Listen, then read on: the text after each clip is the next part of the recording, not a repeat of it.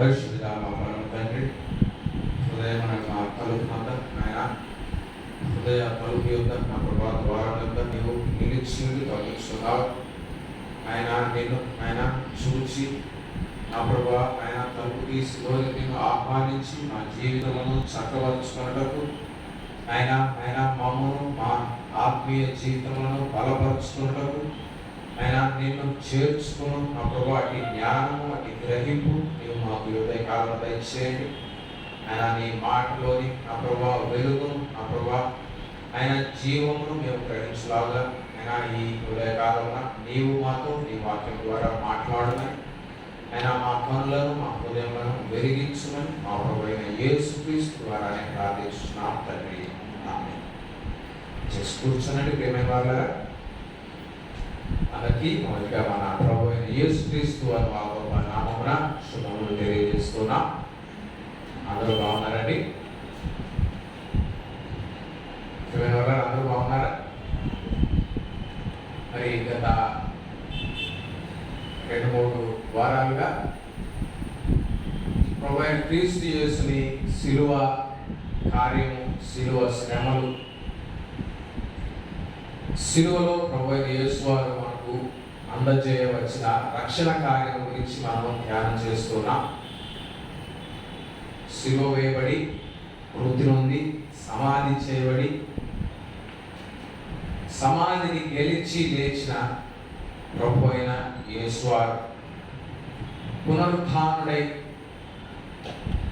లేచిన ప్రభు అయిన యేసు వారు పునరుత్థానుడైన ప్రభు అయిన యేసు వారు. పునరుత్థానం అంటేనే మరి మరల లేవడం, తిరిగి లేవడం, మరణాన్ని జయించి లేవడం. రిజరక్షన్ అన్నారు ఇంగ్లీష్లో. To resurrect is to mean to come back to life. జీవమును దాల్చి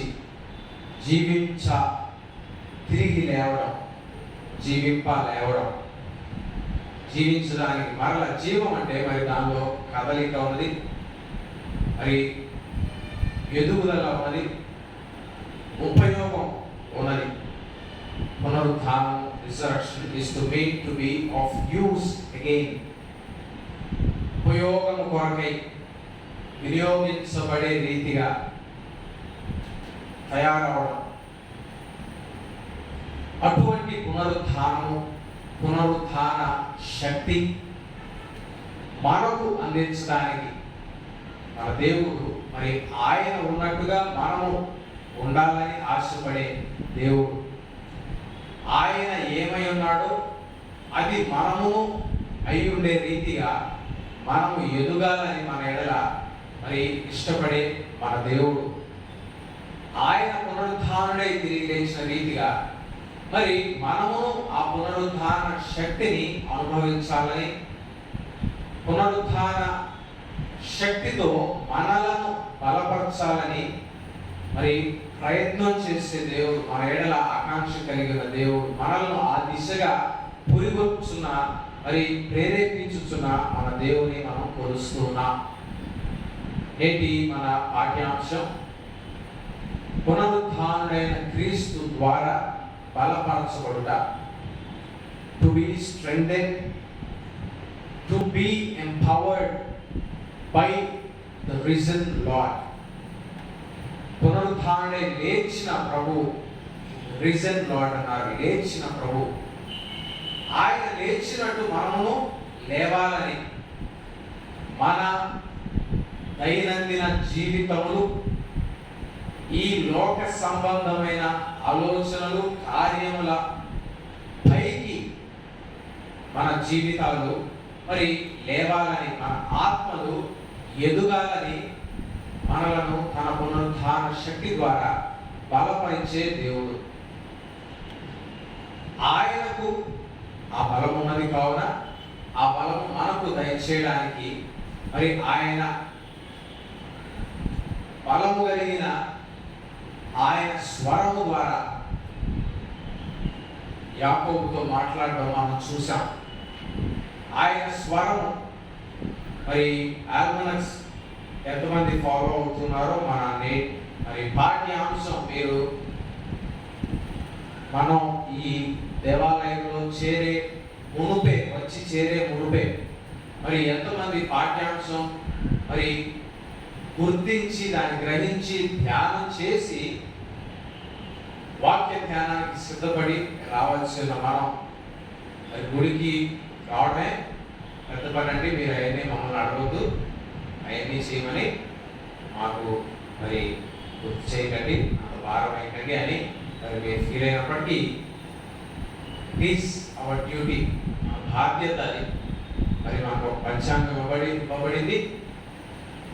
ప్రతి వారానికి మనం ధ్యానం చేయవలసిన అంశం ముందుగానే మనకి ఇవ్వబడడంలో అని అర్థం. దాన్ని మనం గుర్తించులాగా గ్రహించి దాన్ని ధ్యానం చేసి మరి ఆ క్రమంలో ఇవ్వబడే పాఠాల్లో మనకు 4 పాఠాలు ఉంటాయి. మనం 3 మనం ఇక్కడ చదువుతుండగా వింటూ ఉంటాం. అయితే ఉత్తర ప్రత్యుత్తర రీతిగా కూడా ఒక కీర్తన చదవాలని మరి ప్రతి వారం మనకు ఒక కీర్తన ఇవ్వబడుతూ ఉంది. నేటి మన ఉత్తర ప్రత్యుత్తర కీర్తన 29వ కీర్తన. మీరు ఆ కీర్తన గ్రహించుంటే యెహోవాకు ఆరోపించుడి, ఆయనకు ప్రభావ మహాత్మ్యములను ఆరోపించుడని. మరి ఎందుకని అంటూ కీర్తనకారుడు ఇదిగో ఆయన బలము కలిగిన దేవుడని 29వ కీర్తన. యెహోవా స్వరము జలముల మీద వినబడుచున్నది, మహిమగల దేవుడు ఉరుము వలె గర్జించుచున్నాడు, మహాజలముల మీద యెహోవా సంచరించుచున్నాడు.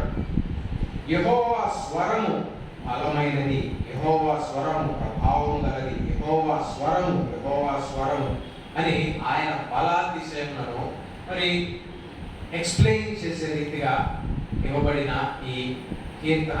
మరి ముఖ్యంగా ఆయన బలము, ఆయన స్వరము యొక్క బలము, దేవుని స్వరం అనగా దేవుని స్వరం, యెహోవా స్వరము. యాకోబుతో మాట్లాడిన దేవుని స్వరం. యాకోబు కలగంటూ ఉన్నాడు, బెర్షెబా నుండి బయలుదేరి హారాను వైపుగా వెళుతూ ఒక స్థలంలో పొద్దుగుంగినందున మరి అతను he thought he would rest for that night. ఒక రాత్రి తీసుకుని తలగడగా చేసుకుని మరుండి ఉండగా ఒక కళ దేవుడు నాకు కలుగ చేసి తనతో ఆ స్థలంలో దేవుడు మాట్లాడుతూ ఆ కళలో ఒక నిచ్చెన యాకోబుకి కనబడుతుండగా ఆ నిచ్చెన పైకి కిందికి దేవదూతలు ఎక్కుచూ దిగుచూ ఉండగా ఆ నిచ్చెన మరి భూమి మీద నుండి ఆకాశంలోని ఉన్నది, పైకి కిందకి దేవదూతలు ఎక్కుచూ దిగుచున్నారు. ఆ నిచ్చెన చివర పైన పరలోకంలో ఎవరున్నారు? తండ్రి అయిన దేవుడు నాడు, యెహోవా దేవుడు. అయితే తండ్రి అయిన దేవుడు ఆ పైన ఉండి యాకోబుని బలపరిచే రీతిగా ఆ పై నుంచి ఈ భూమి మీదకి కిందికి తన స్వరాన్ని పంపిస్తూ యాకోబుతో మాట్లాడటం మనం చూస్తున్నాం అని చెప్పగా అని మరి చివరి వచనాల్లో ఉంది. ఇంగ్లీష్లో అయితే మరి and the Lord appeared to him and said అని ఉంటుంది. సెంట్ తో స్టార్ట్ ఈ రీతిగా చెప్పాను అని ఏమైతే ప్రభువారు చెప్పారో ఆ వాక్కు తరువాత వస్తుంది. అయితే మరి ఇక్కడైతే 15వ వచనంలో నిన్ను విడువనని, 15వ వచనంలోని చివరి మాటలు నిన్ను విడువనని చెప్పగా ప్రభువారు చెప్పడం, ఈ చెప్పడంలోనే పలుకడంలోనే ఆయన స్వరములోని బలం మనం చూస్తూ ఉన్నాం. అయితే ఆయన చెప్పడం ఏం చెప్పారు? 13, 14, 15 వచనాలు మనం గమనించినప్పుడు మరియు యెహోవా దానికి పైగా నిలిచి, ఆ నిచ్చెనకు పైగా నిలిచి, నేను నీ తండ్రి అయిన అబ్రహాము దేవుడను, ఇస్సాకు దేవుడనైన యెహోవాను, నీవు పండుకొని ఉన్న ఈ భూమిని నీకును నీ సంతానమును ఇచ్చెదను. నీ సంతానము భూమి మీద లెక్కకు ఇసుక రేణువుల వలెను, నీవు పడమటి తట్టునకు, తూర్పు తట్టునకు, ఉత్తరపు తట్టునకు, దక్షిణం తట్టునకు వ్యాపించెదవు. భూమి యొక్క వంశములనియు నీ మూలముగాను నీ సంతానం మూలముగాను ఆశీర్వదింపబడును. ఇదిగో నేను నీకు తోడై ఉండి నీవు వెళ్ళి ప్రతి స్థలంలో నిన్ను కాపాడుచు ఈ దేశంలో నిన్ను మరలా రప్పించదను. నేను నీతో చెప్పినది నెరవేర్చు వరకు నిన్ను విడువనని చెప్పగా యాకోబు విన్నాడు. ఈ దేశం మొదటి దీవెన, ఈ స్థలం నీకు ఇస్తాను. రెండవది నీ సంతానం ఇసుక రేణువుల వలె వ్యాపింపజేస్తాను, రెండవది.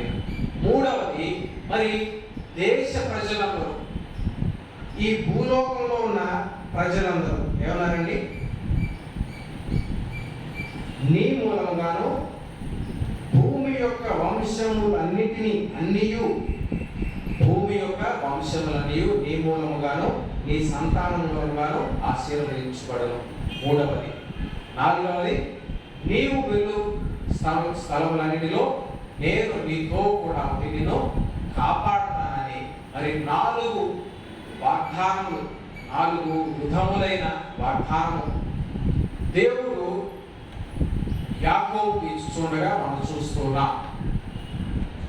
ప్రియమైన వారులారా, యాకోబును బలపరచడంలో ఇంకా యాకోబు యవనస్తుడుగానే ఉండగా, పిల్లవాడిగానే ఉండగా, young person at heart and also in spirit,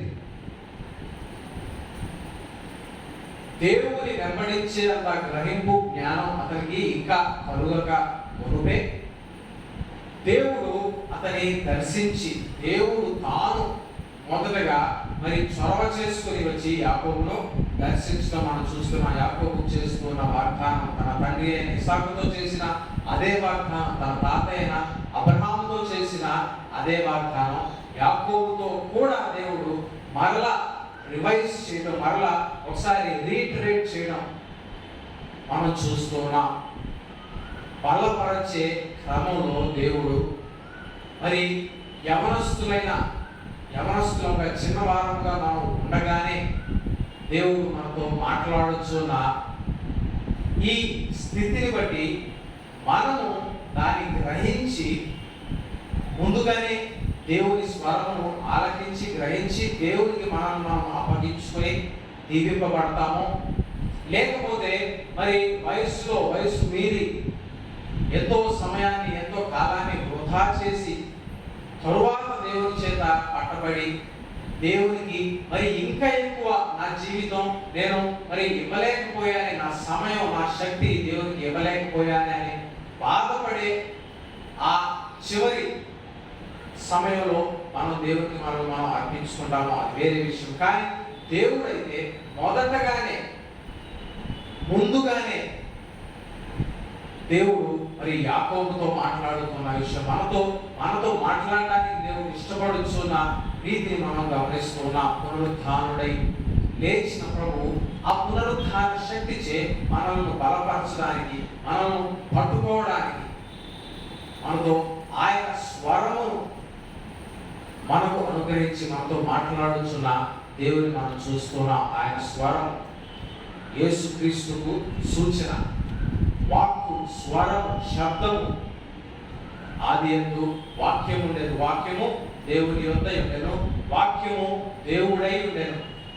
ఆ వాక్యం కృపా సత్య సంపూర్ణిగా మన మధ్యకు వచ్చిన క్రీస్తు యేసు అను ఆ దేవుని స్వరం, తండ్రి అయిన దేవుని మాట, వాక్కు. ఆ వాక్కును బట్టి మరి ఎంతో విస్తారముగా, బలముగా దేవుని సేవ చేస్తున్న మరి ఒక సేవకుని మనం 2వ మరి పాఠంలో చూసి ఉన్నాం. అపోస్తలుల కార్యములు 20వ అధ్యాయం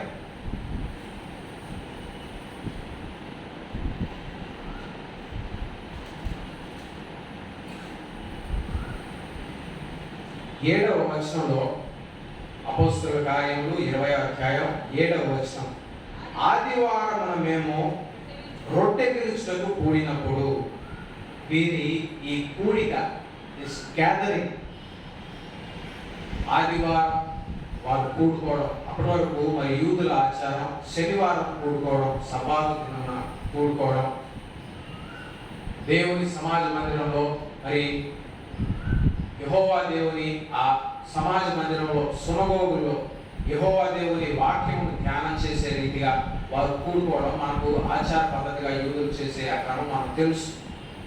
అయితే ఇప్పుడు యేసుక్రీస్తుని బట్టి, యేసుక్రీస్తు రొట్టె విరిచిన ఆ క్రమమును బట్టి, పునరుద్ధానుడై తిరిగి లేచిన ఆ శక్తిని బట్టి, ఆ ఇన్స్పిరేషన్ బట్టి మరి వారు ఆదివారం కూడుకోవడం నూతనంగా, వారు మరి నూతనమైన విషయం వారి జీవితాల్లో, వారి సంఘంలో వారు మరి దాన్ని ప్లాన్ చేసి దాన్ని ఇంప్లిమెంట్ చేయడానికి దేవుని శక్తి వారిని ప్రేరేపించుతున్న మరి ఈ విషయాన్ని మనం గమనించుతున్నప్పుడు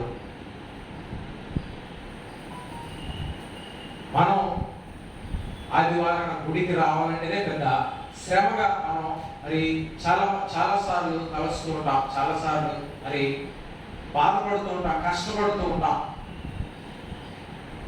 మరి ఆదివారం ఒక అరగంట మరి మనం గురించి కదండి, సమ్మర్ టైంలో మరి ఈ పీక్ టెంపరేచర్స్ ఈ మధ్యాహ్నం పూట మనల్ని బాధ పెట్టకుండా మరి ఈ అరగంట ముందు జరుపుకున్నాం మన ఈ వర్షిప్ టైం.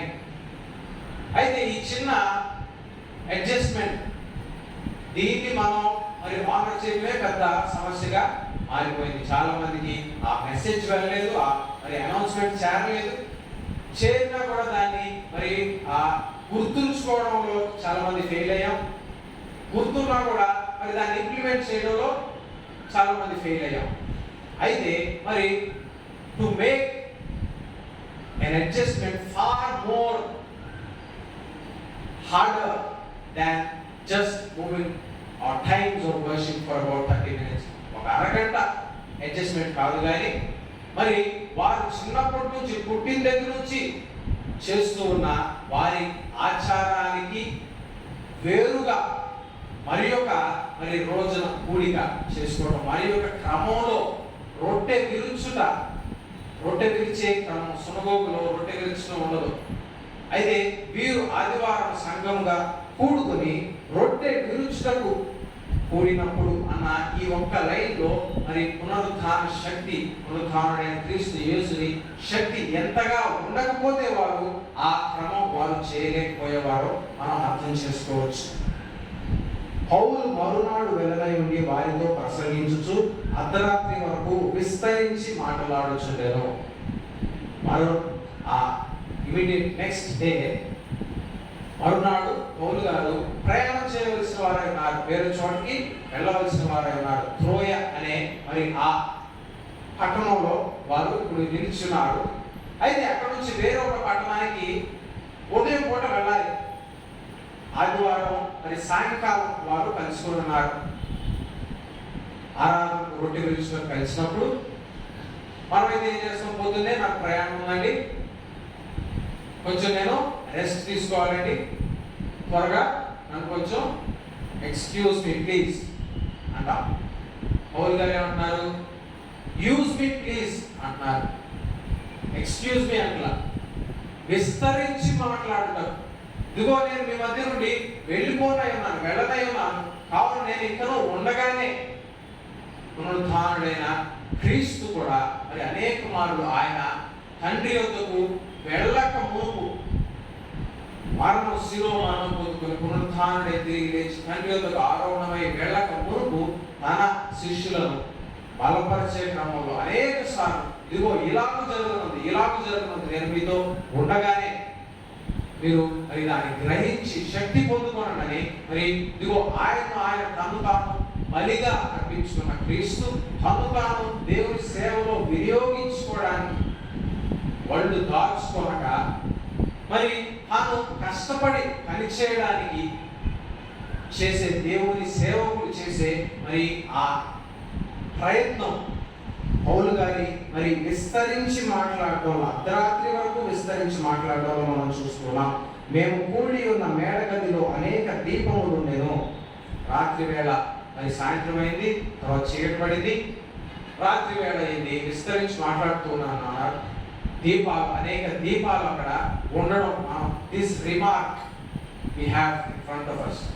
అనేక దీపాలు అక్కడ ఉన్నాయని చెప్పడంలోని అర్థం ఏమిటో మరి మనం ఒక రీతిగానే కాదు కానీ అనేక పలు విధాలుగా దీన్ని అర్థం చేసుకోవచ్చు. ఒకటి, దీపం వెలుగు. వెలుగు ఉన్నా కూడా అక్కడ జరిగిన సంఘటన మనకు తెలుసు. అప్పుడు ఐదుకు అను ఒక యవనస్తుడు కిటికీలో కూర్చుని గాఢ నిద్రపోయి పౌలు గారు చాలాసేపు ప్రసంగిస్తుండగా నిద్రాభారం వలన జోగి 3వ అంతస్తు నుండి క్రింద పడి చనిపోయిన వాడై ఎత్తబడేవాడు. అంత వెలుగులో కూడా ఇతను నిద్రపోయి నష్టపోవడం మనం చూస్తున్నాం. పై నుండి 3వ అంతస్తు నుండి కింద పడ్డాడు, కింద పడి చనిపోయాడు. అంత వెలుగు ఉండి కూడా ఆ వెలుగును వినియోగించుకోలేని ఇతని దుస్థితి ఐదుకు నిద్రాభారం వలన. మరి ఒక కామెంటేటర్స్ ఏమంటారంటే, ఒకవేళ అక్కడ మరి ఆ రాత్రి కూడా ఆ మేడగదిలో అంతమంది కూడుకొని ఉన్నారు, మరి అది చలి ప్రదేశం కాదు, మనలాంటి ప్రదేశమే, Asian territory, Asian climatic condition same as ours. మరి ఈ ఎండాకాలంలో మనం సఫర్ అయ్యే రీతిగా మరి వారు అక్కడ ఉంటూ ఉండగా ఆ హ్యూమిడిటీ, ఆ దీపపు కాంతుల్లో కొంచెం ఇంకా ఎక్కువ వేడైందేమో రూమ్, అంతమంది గ్యాదర్ అయిన ఆ రూమ్లో. ఐదుకు చక్కటి ప్రదేశం చూసుకున్నాడు, ఫ్యాన్ కింద కూర్చున్నాడు. ఫ్యాన్ లేదు కాబట్టి కిటికీలో కూర్చున్నాడు, చక్కటి చల్లని గాలి తగిలే చోట కంఫర్ట్ తాను వెతుకున్నాడు. అయితే ఆ కంఫర్ట్ అతనికి కంఫర్టబుల్ గా లేదు కానీ it caused him to die, to lose his life, if it were not for Paul's sake. దేవుని సేవకుడైన పౌలు గారు అక్కడ ఉండకపోతే అతను తన జీవితాన్ని నష్టపోయేవాడేమో.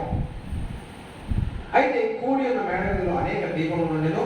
అప్పుడు ఐదుకు నిద్రాభారం వలన జోగి 3వ అంతస్తు నుండి క్రింద పడి చనిపోయిన వాడే ఎత్తబడేను. అంతటా పౌలు క్రిందికి వెళ్ళి అతని మీద పడి కౌగులించుకుని, మీరు తొందరపడకుడి, అతని ప్రాణం అతనిలో ఉన్నదని వారితో చెప్పాను. చనిపోయాడు, చనిపోయి ఎత్తబడ్డాడని పై వచనంలో చదువుకున్నాం. పౌలు గారి కిందకు వచ్చి అతని మీద పడి అతని దేహాన్ని అంతటినీ కవర్ చేసే రీతిగా అతన్ని మరి ఆ రీతిగా కౌగిలించుకుని అతని దేహం మీద పడి, పాత నిబంధనలో ప్రవక్త ఆ రీతిగా చేయడం మనం చూసాం. పౌలు గారు మరి ఇతని ఐదుగు దేహం మీద పడి ప్రార్థన చేసి అతను కోల్పోయిన ఆ జీవం తిరిగి ఆ దేహంలో తిరిగి ప్రవేశించడానికి, పునరుత్థానుడైన క్రీస్తు యొక్క పునరుత్థాన శక్తిని నేను అనుభవించాలని ఫిలిప్పీయులకు రాసిన పత్రిక 3వ అధ్యాయం 10వ వచనంలో పౌలు గారు చెప్పడం మనం చూస్తున్నాం. ఏ విధము చేతనైనను మృతులలో నుండి నాకు పునరుత్థానము కలుగవలనని ఆయన మరణ విషయంలో సమాన అనుభవము గలవాడనై ఆయన పునరుత్థాన బలమును ఎరుగు నిమిత్తము, ఆయన పునరుత్థాన బలాన్ని నేను అనుభవించి తెలుసుకోవాలి. I want to know the power of resurrection. మనలోని ఎంతమంది అసలు ఈ ఐడియా అయినా మనకు వచ్చిందని ఎప్పుడైనా?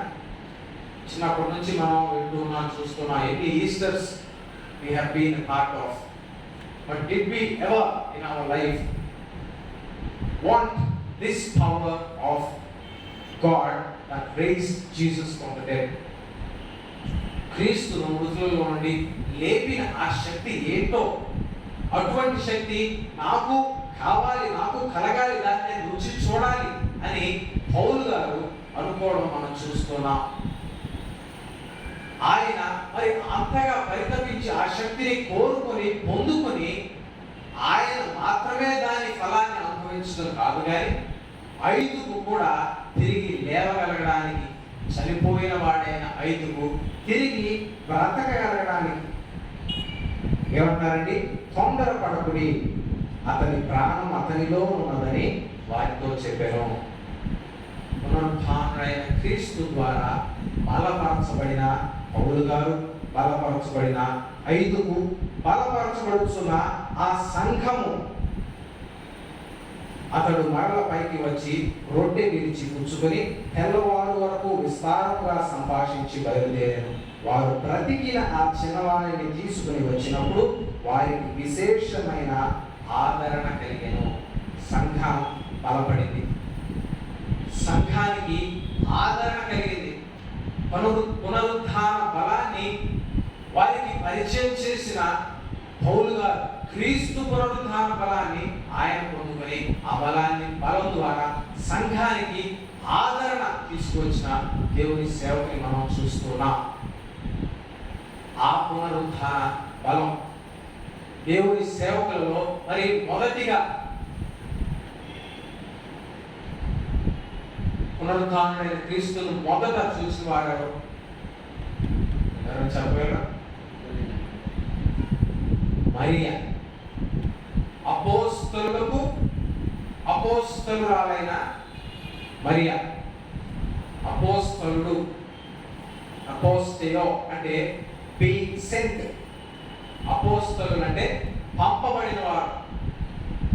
ఇదిగో సర్వలోకమును వెళ్ళి స్వార్థ విషయమై మరి ప్రకటన చేయాలని లోకం నలుమూలలకి పంపబడిన క్రీస్తుచే పంపబడిన ఆయన యొక్క 12 మంది శిష్యులు అపోస్తలులుగా పేర్కొనబడుచుండగా వారి యొద్దకు సువార్తను మొదట మోసుకొచ్చిన స్త్రీ. ఈ కాలంలో కూడా మనకు తెలుసు స్త్రీలు they are second rate citizens in our everyday activity. We know, though we proclaim otherwise in our on paper, we know in practice they are still second rate. But God did not consider this woman, ఈ స్త్రీని, మగ్దలేన మరియా అను ఈ స్త్రీని అపోస్తలులకే సువార్త ప్రకటించడానికి ప్రభువైన యేసు వారు నిలువబెట్టి పంపించి ఆమెను తన శక్తితో, పునరుద్ధాన శక్తితో ఆమెను మరి నిల్చోబెట్టడం, లేపడం, సువార్త ఆమెకు అప్పగించి ఆమెను పంపడం మనం ఇక్కడ యోహాను సువార్త 20వ అధ్యాయంలో చదవబడిన వచనాలను మనం చూస్తూ ఉన్నాం. 11వ వచనం మనం గమనించినప్పుడు అయితే మరియా, ఆయనకు ముందు 10వ వచనం మనం గమనించినప్పుడు యోహాను సువార్త 20వ అధ్యాయం 10వ వచనం, అంతటా ఆ శిష్యులు తిరిగి తమ వారి యొద్దకు వెళ్ళిపోయిరి. ఎవరు? 3.5 సంవత్సరాలు యేసు ప్రభువుని మరి వెన్నట్టుండి వెంబడించిన శిష్యులు ఏం చేశారు? ఖాళీ సమాధిని చూసి ఆందోళన చెంది భయపడి ఏమి తోచని స్థితిలో ఏం చేస్తారండి వారు? అంతటా వారు తిరిగి తమ వారి యొద్దకు వెళ్ళిపోయి, తమ వారి యొద్దకు, తమ పనులకు, తమ పాత జీవితాలకు, తమకు తోచిన స్థితికి వారు వెళ్ళిపోయారు. యోహాను, పేతురు శిష్యులు. అయితే మరియా వారిలాగా కాకుండా, అయితే మరియా వేరొక విధంగా క్రీస్తు యొక్క శక్తిని బట్టి, క్రీస్తుతో తనకున్న మరి ఆ అనుబంధాన్ని బట్టి అయితే మరియా సమాధి బయట నిలిచి ఏడ్చుచుండెను. సమాధియే కావచ్చు, మనము నిలిచి ఉండాలని దేవుడు మనల్ని బట్టి ఆశపడుచున్న దేవుడు. తిరిగి వెళ్ళిపోక నిలిచి ఉండుట, పడిపోక నిలిచి ఉండుట, ఆయన మాటను బట్టి ఆయన కొరకు వేచి చూస్తూ నిలిచి ఉండుట ఆయన మనల్ని బట్టి ఆశపడుతూ ఉన్నాడు. అయితే బయట నిలిచి ఏడ్చుచుండెను. ఆమె ఏడ్చుచు సమాధిలోకి వంగి చూడగా తెల్లని వస్త్రాన్ని ధరించిన 2 దేవదూతలు యేసు దేహం ఉంచబడిన స్థలంలో తలవైపున ఒకడును కాళ్ళవైపున ఒకడును కూర్చుండుట కనబడారు. వారు అమ్మా ఎందుకు ఏడ్చుచున్నావని ఆమె అడుగగా, అమ్మా ఏంటి చెప్పు కారణం అని అడగడం లేదు. వారికి తెలుసు కారణం. అయితే మరియమ్మకు గుర్తు చేస్తున్నారు, అమ్మా ఎందుకు ఏడ్చున్నావు? అమ్మా గుర్తు లేదా నీకు ప్రభు వారు చెప్పలేదా? నీకు ఏడ్చవలసిన అవసరం ఏముంది? అమ్మా ఎందుకు ఏడుస్తున్నావు? అమ్మా ఎందుకు ఏడుస్తున్నావు అనటం లేదు వారు. అమ్మా ఎందుకు ఏడుస్తున్నావు? ఏడవలసిన అవసరం లేదమ్మా అన్నట్టుగా అమ్మా ఎందుకు ఏడుస్తుంది? నా ప్రభువును ఎవరో ఎత్తుకొని పోయి ఆయనను ఎక్కడ ఉంచిరో నాకు తెలియలేదని ఆమె రిప్లై చేయగా, ఆమె ఈ మాట చెప్పి వెనుక తట్టు తిరిగి యేసు నిలిచి ఉండుగా చూచాను, కానీ ఆయన యేసు అని గుర్తుపట్టలేదు. ఆదివారం తెల్లవారుజామున ఈస్ట్ 4:30 in the morning ఎంతమంది సర్వీస్కి వచ్చారో నాకు తెలియదు, కానీ వచ్చిన వాళ్ళందరూ మీ హెడ్లైట్స్ ఆన్ చేసుకునే వచ్చి ఉంటారు కదండి. ఎందుకంటే it was still dark that time. 4:30 sunrise అయిందండి? లేదు. వెహికల్లో హెడ్లైట్ ఆన్ చేసుకునే వచ్చాం. ఆ సమయంలో మరియమ్మ అక్కడ సమాధి ఎదుట నిలిచి ఉన్న ఆ తెల్లవారుజామున ఇంకనూ మరి సూర్యోదయం అవల, చీకటి అనేది ప్రభు దేహం ప్రకటించడం లేదు. ఏం బాధ కలుగుతుంది, ఏడుస్తుంది, కళ్ళలో నీళ్లు. మరి ఏ కారణాన్ని బట్టో మరి మాకైతే మరి ఫలానా కారణం తెలియదు, కానీ ఆమె ఆయనను గుర్తుపట్టక ఆయనతో అంటూ ఉంది.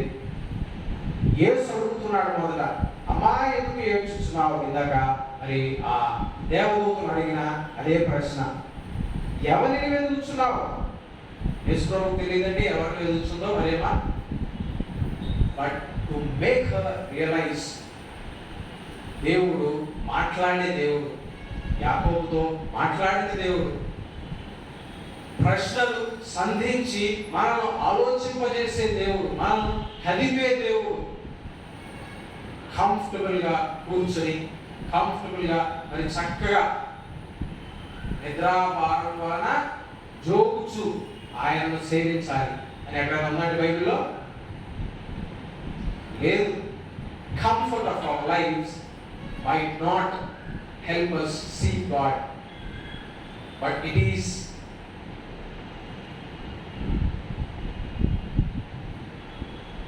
ఈ నిద్రాభారం వలన జోగిన ఐదుకు మరి తన బాధ కారణం కరెక్టే, బాధ కలిగింది, ఏడుస్తుంది.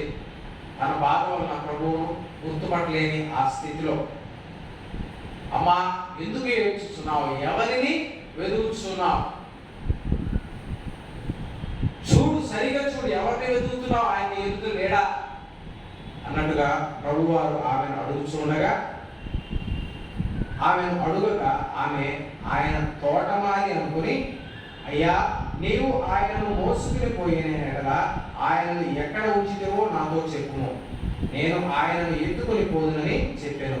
నీవు ఆయనను అని ఒకసారి, ఆయన ఎక్కడ ఉంచితేవో అని రెండవసారి, నేను ఆయనను ఎత్తుకొని పోదునని మూడవసారి, ఆయన ఆయన ఆయన అని. మరి యేసు అనే పేరు లేకుండానే యేసు ప్రభువుని బట్టి, యేసు ప్రభువుని గురించి ఈవిడ తోటమాలితో మాట్లాడుతుంది. దేవదూతలతో అయితే చెప్పింది నా ప్రభు అని, ప్రభువుని గురించి వెతుకుతున్నానని. అదే తోటమాలితో చెప్పలేదు కదా. తోటమాలికి ఎలా తెలుసు ఈమె యేసు ప్రభువుని వెతుకుతుందని? కొందరు కమెంటేటర్స్ అంటున్నారు. మరి ఆమె జీవితంలో గత కొద్ది సంవత్సరాలుగా ఉన్న ఒకే మగ వ్యక్తి, పురుషుడు యేసు ప్రభువారు మాత్రమే.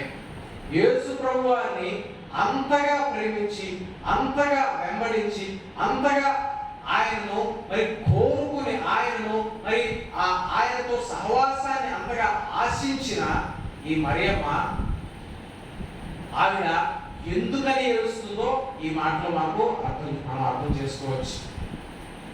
ఆయనను ఎంతగా మిస్ అవుతుందో మగ్దలేని మరియ తన జీవితాన్ని మార్చి, సమాజంలో తన ఎడల ఉన్న దృక్పథాన్ని మార్చి, తనకు ఒక మేలుకరమైన ధన్యకరమైన స్థితిని కలుగజేసిన తన ప్రభువు ఇక లేడని, ఆయన కనిపించడం లేదని, ఆయనతో సహవాసం ఇక తనకు కలుగబోదని భయపడి బాధపడుచున్న, ఏడ్చుచున్న మరియను మనం చూస్తున్నాం. ఆమె, అయ్యా ఆయన ఎక్కడ ఉన్నాడు, నీకు తెలుసా, నాకు చెప్పు, నేను ఆయన తీసుకుని వెళ్తా అని యేసుతో అంటూ ఉండగా, యేసు ఆమెను చూచి మరియా అని పిలిచెను అనేటువంటి ఇంగ్లీష్ బైబిల్లో he said to her అనేను జవాబుగా ఆయన అడిగిన ప్రశ్నకు జవాబుగా ఆయన ఏం చెప్పాడంటే జవాబు ఒకే మాటలో, మరియా. ఆ ఒకే పిలుపులో, ఆ ఒకే మాటలో, ఆ పేరులో క్రీస్తు తాను పిలిచిన ఆ అంతకాలం తాను పిలిచిన ఆ పిలుపు గ్రహించి, ఆ శబ్దం, ఆ ప్రేమ, ఆ శక్తి గ్రహించిన మరియమ్మ ఆయన వైపు తిరిగి ఆయన హెబ్రీ భాషతో రబ్బూని అని పిలిచారు. అంతగా మారిన తన స్థితి, ఆ బాధ అంతా తొలగిపోగా సొంత భాషలో రబ్బూని. అప్పటి వరకు మరి ఏ భాషలో మాట్లాడిందో ఆవిడ, అరమేయిలో మరి మాట్లాడిందో, హెబ్రీ భాషలో మాట్లాడిందో, మరి గ్రీక్ భాషలో మాట్లాడిందో, ఆ రోమా మరి ఆ సైనికులు మాట్లాడి ఆ గ్రీక్ భాషలో మాట్లాడిందో మనకు తెలియదు. కానీ ఒక్కసారిగా తనకు కలిగిన ఆ ప్రేమలో రబ్బూని, మై టీచర్, అక్కడ అర్థం కూడా అక్కడ ఇచ్చారు కదండి. ఆ మాటకు బోధకుడని అర్థము. ఈ లోకంలో ఒక గొప్ప బోధకునిగా, తన జీవితాన్ని మార్చగలిగిన శక్తి కలిగిన ఒక బోధకునిగా యేసును చూచిన ఆ స్త్రీ మరియమ్మ, బోధకునిగా ఆయనను సంబోధిస్తూ పిలుస్తున్న మరియమ్మను యేసు ప్రభువు చూచి, యేసు ఆమెతో నేను ఇంకనూ తండ్రి యొద్దకు ఎక్కిపోలేదు కనుక నన్ను ముట్టుకొనవద్దు అంటే ఏం చేసిందన్నమాట ఆవిడ? రబ్బూని అని ఉన్న చోట నుంచి పిలవడం కాదు, కానీ రబ్బూని అని చేతులు చాస్తుంది. నన్ను ముట్టుకొనవద్దు, do not hold on to me అని ఉన్న మాటకు గ్రీకులో మరి నన్ను పట్టుకొనవద్దు. అప్పో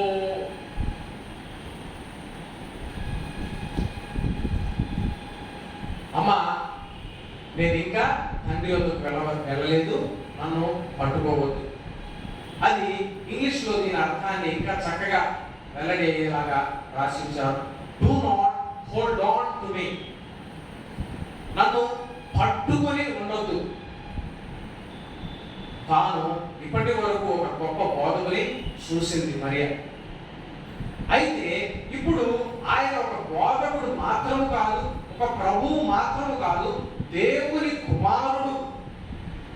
తాను తిరిగి తండ్రి అయిన దేవుని యొద్దకు వెళ్ళి తమ జీవితాలకు ఒక ఆదరణకర్తను పంపించవలసిన ఈ ఘడియ వారికి జ్ఞాపకం చేస్తూ ప్రభువారు, ఇదిగో నన్ను ఒక బోధకుని స్థితికి, ఒక బోధకుని రోల్కు మాత్రమే నన్ను పరిమితం చేయొద్దు మరియా.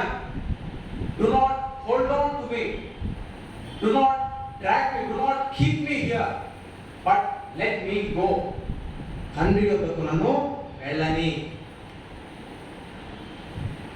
అయ్యా రబ్బూని, నువ్వు ఎక్కడున్నావో తెలియక నేను ఎంత బాధపడుతున్నా, నాకు ఎంత బాధ కలిగి, ఎంత ఏడుపు వచ్చింది అయ్యా అని ఆయన పట్టుకొని, ఇదిగో నువ్వు ఇంకెక్కడికి వెళ్ళొద్దు, ఇంత బాధ నాకు ఒకసారి కలగొద్దు, ఇక్కడే ఉండిపో అన్నట్టు ఆయన పట్టుకోవడానికి చేస్తున్న ప్రయత్నాన్ని ఆయన వారించి, వద్దమ్మా నన్ను పట్టుకోద్దు, ఇక్కడ ఉంచడానికి ప్రయత్నం చేయకు, నేను తండ్రి వద్దకు వెళ్ళవలసి ఉన్నది. ఇదే సువార్త 2 పేజీలు తిప్పి 14వ అధ్యాయం 16వ అధ్యాయం మనం గమనిస్తూ ఉండగా మనం చూడగలం. 16వ అధ్యాయం 7వ వచనం చదవగలండి. అయితే నేను మీతో సత్యము చెప్పుచున్నాను, నేను వెళ్ళిపోవటం వలన మీకు ప్రయోజనకరము. నేను వెళ్ళని ఎడల ఆదరణకర్త మీ వద్దకు రాడు. నేను వెళ్ళిన ఎడల ఆయనను మీ వద్దకు పంపుదును. ఎవరి ఆదరణకర్త అండి? 26వ వచనం అమ్మా, 13వ వచనం. అయితే ఆయన అనగా సత్య స్వరూపి అయిన ఆత్మ వచ్చినప్పుడు మిమ్మును సర్వ సత్యములోనికి నడిపించును. ఎవరి ఆదరణకర్త? సత్య స్వరూపి అయిన ఆత్మ, పరిశుద్ధ ఆత్మ దేవుడు. ఇదిగో నేను వెళ్ళి ఆదరణకర్త అయిన ఆయన మీదకు పంపించున్నాను. మీతో నిలిచి ఉండటకు. ఇంకో కొంచెం పేజీ ముందు తిప్పి 14వ అధ్యాయం 16వ వచనం. నేను తండ్రిని వేడుకొందును, మీ యొద్ద ఎల్లప్పుడూ ఉండుటకై ఆయన వేరొక ఆదరణకర్తను అనగా సత్య స్వరూపము ఆత్మను మీకు అనుగ్రహించును. పునరుద్ధానుడైన క్రీస్తు ద్వారా బలపరచబడుట. ఆ బలము మనకు ఎల్లప్పుడూ ఉండులాగున, మన పక్కనే ఉండి మనను బలపరచులాగున, మనతో మన జీవితాలలో, మన కుటుంబాల్లో, మన సంఘంలో ఆయన ఉండి to be present amidst us, మన మధ్య నుండి మనం ప్రతినిత్యం ప్రతిదినం బలపరిచే రీతిగా ఇదిగో మనతో ఉండే ఆదరణకర్తను ఆయన పంపించడానికి ఆయన ఇంకను నేను తండ్రి వద్దకు వెళ్ళలేదు. నేను వెళ్ళిన ఎలా అది మీకు ప్రయోజనకరం. నేను వెళ్ళి ఆదరణకర్తను మీ వద్దకు పంపిస్తానని వాగ్దానం చేసిన ప్రభువు అదిగో ఆ పునరుద్ధాన శక్తిని, ఆ పరిశుద్ధాత్మ శక్తిని సంఘానికి అందించడానికి ఇదిగో అమ్మా, do not hold on to me, నన్ను ముట్టుకొనవద్దు అని ఇక్కడ ఉన్న మాట. ముట్టు మనకి బాగా మన కల్చర్లో ముట్టు బాగా తెలుసు కాబట్టి ట్రాన్స్లేషన్లో ముట్టు అన్న మాట వచ్చి చేరింది. అయితే దాని అర్థం పట్టుకొనవద్దు, not hold on to me but let me go. నేను వెళ్ళి ఆ ఆదరణకర్త మీదకు పంపిస్తాను. ఆదరణకర్తలు చేస్తాడండి, మనను ఆదరిస్తాడు, మనల్ని నడిపిస్తాడు. సత్య స్వరూపి అయిన ఆయన సత్యములోనికి మనను నడిపిస్తాడని మరి ఒక చోట రోమీయులకు రాసిన పత్రిక 8వ అధ్యాయం 14, 15, 16, 17, 8, 14 చదవండి. దేవుని ఆత్మ చేత ఎందరూ నడిపింపబడుదురో వారందరూ దేవుని కుమారులై ఉందురు. దేని చేత నడిపింపబడేవారండి? దేవుని ఆత్మ అనగా పరిశుద్ధాత్మ అనగా ఆదరణకర్త. క్రీస్తు వాగ్దానం చేసిన ఈ ఆదరణకర్త చేత ఎవరు నడిపింపబడతారో అంటే అలాంటి సంఘాలు వారందరూ దేవుని కుమారులై ఉందురు. ఇక్కడ చూస్తున్నారా? To be empowered by the risen God is to be made his very children. ఆయన యొక్క పిల్లలు మనం అవడానికి అర్థమవుతుందండి. ఈ మట్టి శరీరాలు, ఈ బలహీన ఘటాలు, ఈ అయోగ్యమైన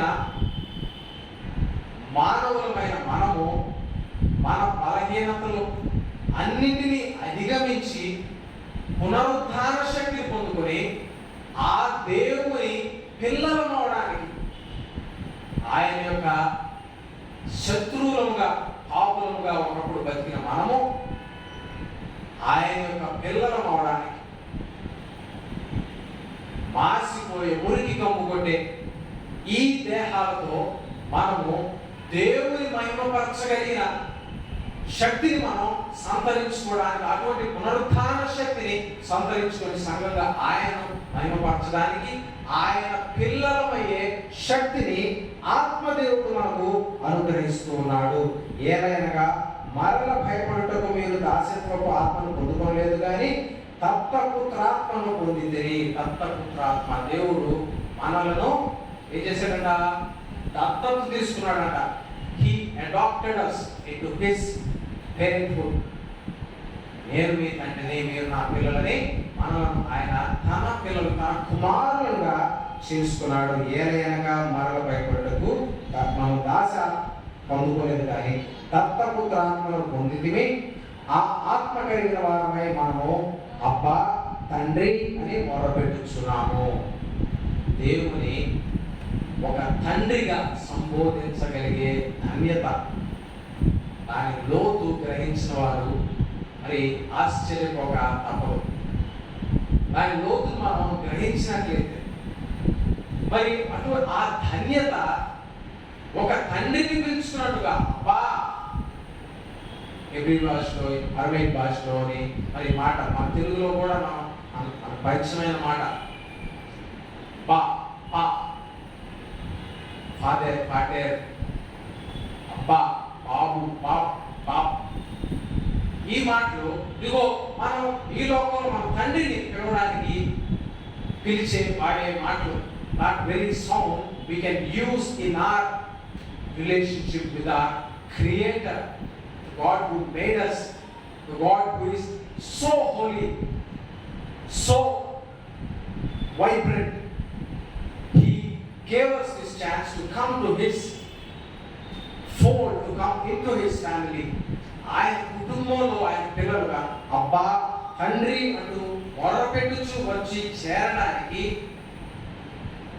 పునరుద్ధానుడైన క్రీస్తు బాట వేస్తున్నాడు. మనకి పునరుద్ధాన శక్తి చే మనలను బలపరచుచున్న క్రీస్తు, ఆయన పునరుద్ధానం మనం కూడా అనుభవించాలని మనం కోరుకుని, అయ్యా ఇదిగో నన్ను వాడుకో, నన్ను పంపించు అని, ఇదిగో నా తండ్రియు మీ తండ్రి. మనం తిరిగి యోహాను సువార్తలోకి చూస్తున్నాం. యేసు ఆమెతో, ఇంకనూ తండ్రి వద్దకు ఎక్కిపోలేదు కనుక నన్ను ముట్టుకొనవద్దు, అయితే నా సహోదరుల యొద్దకు వెళ్ళి, శిష్యులను సహోదరులుగా పేర్కొంటున్న ఒకే ఒక సమయం, ఇంకెప్పుడు అట్లే సహోదరులని మనం చూస్తున్నాం. ఇప్పుడు ఏ రీతిగా వారు పునరుద్ధాన శక్తి చేత మరి మనుషుల నుండి యేసు దేవుని సహోదరులు వారు అవుతున్న క్రమాన్ని మనం పరిశీలిస్తున్నాం. నా తండ్రియు మీ తండ్రియు, నా దేవుడును మీ దేవుడునైన వారి యొద్దకు ఎక్కిపోవచ్చునని వారితో చెప్పుమనెను. Go tell I'm sending you.